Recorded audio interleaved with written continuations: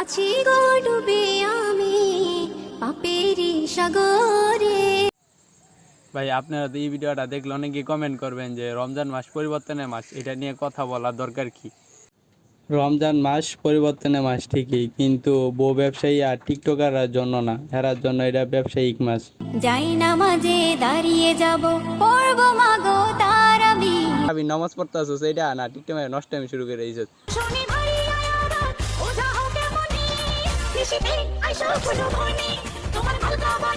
তৃতীয় রমজানের মাঝে এরা তারাবি করবো, কি সুন্দর হুজুর হয়ে গেছে, দেখলে মনে হয় কনফার্ম জান্নাতি।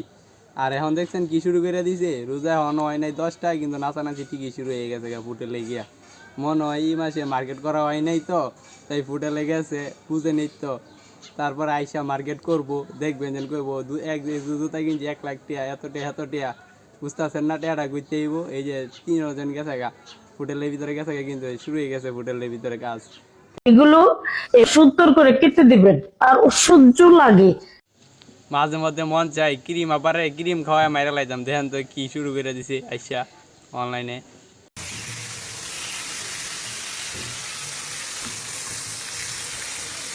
ভাই জীবনে অনেক রকমের তরমুজ খাওয়া দেখছি ভাই, অনেক স্টাইলের তরমুজ খাওয়া দেখছি ভাই, কিন্তু বাপ জীবনে এরকম স্টাইলের তরমুজ খাওয়া দেখি নাই, যে কড়াইয়ের মাঝে তেল দিয়া তরমুজ ভাইজা তারপরে খাইতেছে ভাই।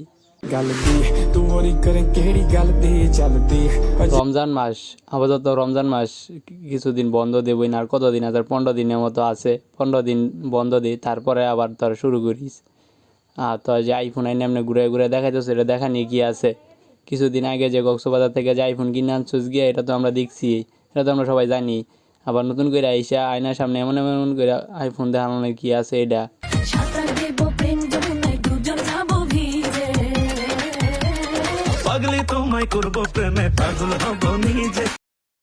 রে জুনিয়র সাকিব, টিকটকে আইসা লাফালাফি করতেছস কে এত? ঠিক মতন গাড়ি চালাইতে পারস না, টিকটকে আইসা লাফালাফি করস। এই লেগেই তো তোর আগের বউ তোর ইঞ্জিন গাড়িটা লয়ে গেছে গা। আর এখন ঠিক মতন যে গাড়ি না চালাইতে পারস, তাহলে তো বুঝছই, একটা গাড়িটা লয়ে যাবো গা, পরে ঠেলা সামলাই। বুঝছস, আগে গাড়ি চালানি শিখ যা।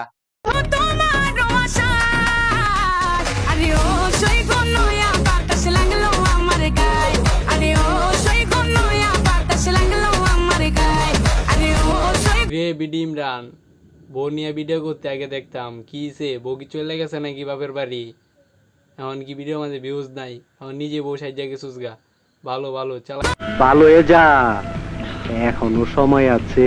কি আনলাকি হলেও ভালোবাসার দিক থেকে আমি লাকি, কারণ এই জেনারেশনে এসেও তার মতো মানুষ পেয়েছি। রে বোন, কে কইছে তুই আনলাকি? এই বয়সে আইসা জামাই নিয়ে সফলভাবে ব্যবসা করে খাইতেছিস বই, তুই এই আবার কেমন আনলাকি হইতে পারস? তুই তো একজন লাকি ব্যক্তি যে এই বয়সে জামাই নিয়ে ব্যবসা করে রাখাস।